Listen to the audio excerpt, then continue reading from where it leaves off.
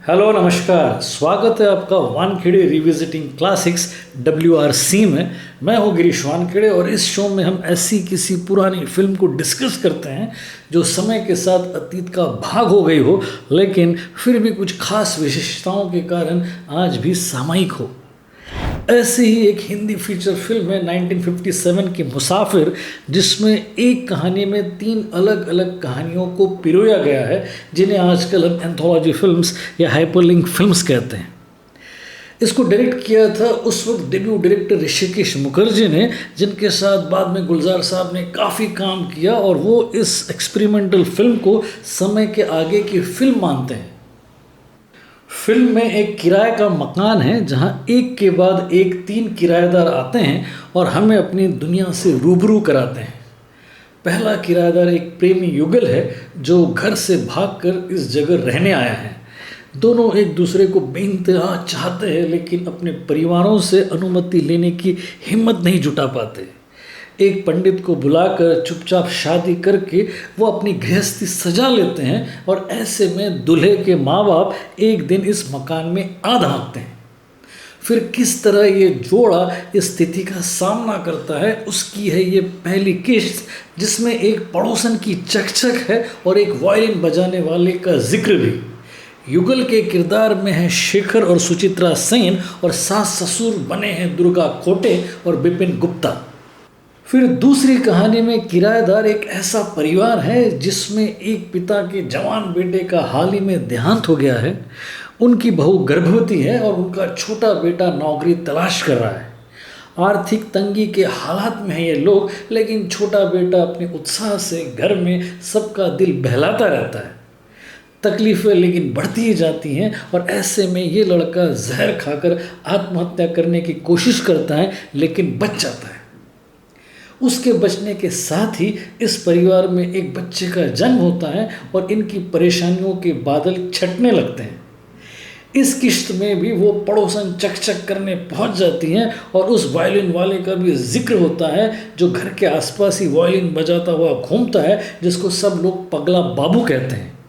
इस किश्त में है निरूपा रॉय, नाजिर हुसैन और किशोर कुमार। और फिर तीसरी कहानी के किराएदार है एक बैरिस्टर जो अपनी विधवा बहन और अपाहिज भांजे के साथ यहाँ रहने आए हैं। फिर पड़ोसन आ धमकती हैं चक करने और इधर उधर की बतियाने लगती हैं। वायलिन फिर रात को बजता है और इसमें ये अपाहिज बच्चा इस संगीत से खुश हो जाता है। ये वायलिन वाला अब उनके घर के बाहर बजा रहा है और जब ये विधवा उसे देखती हैं तो ये उसका पुराना प्रेमी निकलता है जो उनकी शादी के 2 दिन पहले अचानक गायब हो गया था। बच्चा इस वायलिन वाले पगला बाबू को चाचा पुकारने लगता है और दोनों के बीच में एक स्नेह का नाता बन जाता है। बैरिस्टर वापस आने के बाद जब ये देखता है कि उसकी बहन का ये विश्वासघाती प्रेमी यहाँ आया हुआ है तो वो आग बबूला हो जाता है। ये पगला बाबू कैंसर के आखिरी स्टेज पर है और उसका अंत बड़ा ही विचलित करने वाला है, जो इस पूरी फिल्म को बड़ा ही हृदय स्पर्शी बना देता है। पगला बाबू है दिलीप कुमार और विधवा है उषा किरण और अपाहिज बच्चा है डेजी ईरानी। इन तीनों किराएदारों की कहानियों के अंत आशावादी है। पहली कहानी में जहां घर से भागे इस युगल को परिवार वाले स्वीकार कर लेते हैं, वहीं दूसरी कहानी में छोटे बेटे को नौकरी लग जाती है और तीसरी कहानी में पगला बाबू की दर्दनाक मौत के साथ साथ वो अपाहिज बच्चा चलने लगता है। बड़ा ही ज़बरदस्त ताना बाना है कहानी के पात्रों का, जिसको बुना था स्क्रिप्ट राइटर ऋत्विक घटक ने, जो बाद में सत्यजीत रे, मृणाल सेन और तपन सिन्हा के समकालीन बड़े डायरेक्टर बने। पद्मश्री थे वो और जाने जाते थे 1974 की गुफ्ती टक्का आर गप्पू के लिए, जिसके लिए उन्हें बेस्ट स्टोरी का नेशनल अवार्ड था।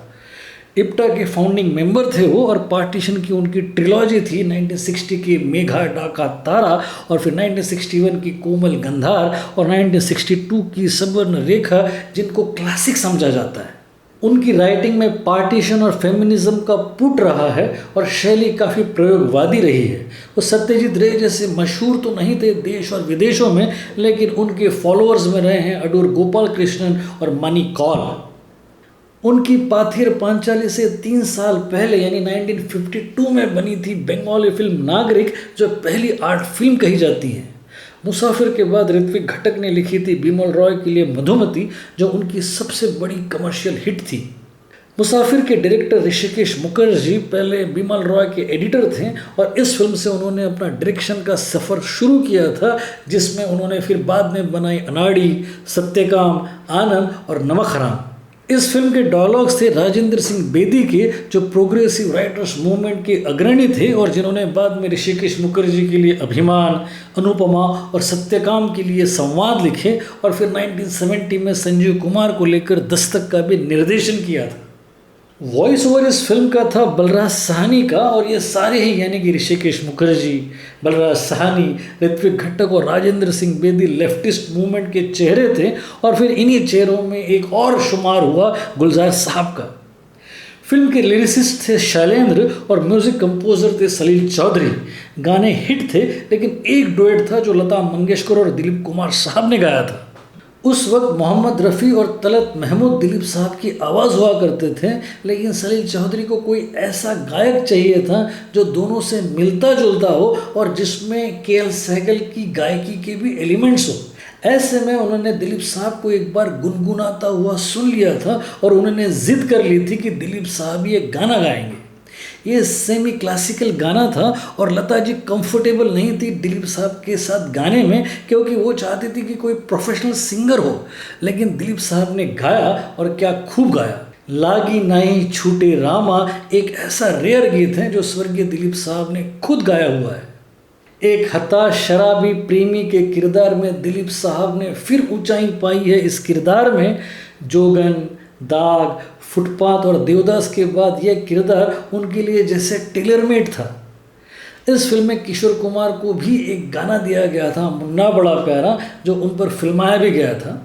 इस फिल्म को 1957 का certificate of third best feature film का नेशनल अवार्ड मिला, जो उस साल के Indian president doctor Rajendra Prasad ने दिया था।